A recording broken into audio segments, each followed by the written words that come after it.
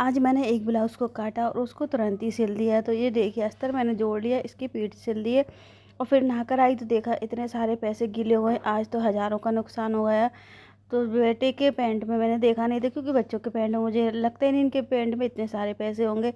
तो उसके पैंट मैंने गला दिया और जब धुल लिया और जब सूखने डाला तब पता चला कि इसमें इतने सारे पैसे निकले हैं। तो पूरे पैसे मैंने निकाले और इनको सुखाने के लिए डाल देती हूँ। पहले तो सोची थी रस्सी पे लटका दूँगी और फिर मैंने सोचा पलंग पे बिछा दूँगी तो अच्छे से सूख जाएँगे, क्योंकि रस्सी पे तो ये टंगेंगे नहीं। और फिर मैंने सारे पैसों को पलंग बिछा दी और फिर मैं आ गई कपड़ों को डालने। आजकल कपड़े कमरे में ही सूख रहे हैं, क्योंकि बाहर तो पानी बरस रहा है, तो बाहर कपड़े तो सूख ही नहीं रहे। तो इस तरह कमरे में ही पूरे कपड़ों को फैलाना पड़ता है, जिससे 1 या 2 दिन में ये कपड़े सूख जाते हैं।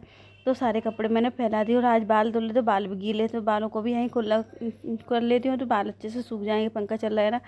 और फिर जो भी कपड़े थे बचे थे फिर मैंने इधर गोदरेज पे नीचे रेलिंग वगैरह सब पे टांग दिए। तो बहुत सारे कपड़े थे आज, तो इसलिए मुझे सब जगह टांगना पड़ा। तो कपड़े मैंने टांग दिए और फिर मुझे लग गई थी बहुत तेज़ भूख।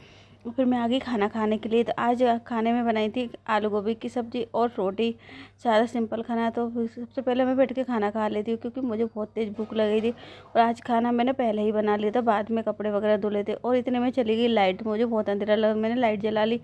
और इतने में बेटा आ गया तो उसके कपड़े बदल दूँ, क्योंकि अभी स्कूल से आया है। तो सबसे पहले मैं उसकी ड्रेस बदल के फिर उसको नहलाती हूँ।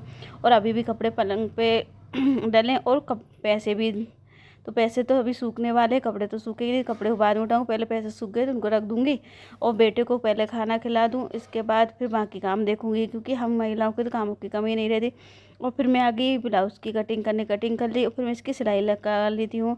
तो ब्लाउज़ में मैंने सिलाई लगा ली, अस्तर जोड़ लेती हूँ। सबसे पहले पीठ का अस्तर जोड़ती हूँ, क्योंकि मुझे ऐसा लगता है पीठ में अस्तर जुड़ जाए या पूरी सिलाई लग गई तो आधा ब्लाउज़ कंप्लीट हो जाता है। तो पहले मैं पीठ को कंप्लीट करती हूँ।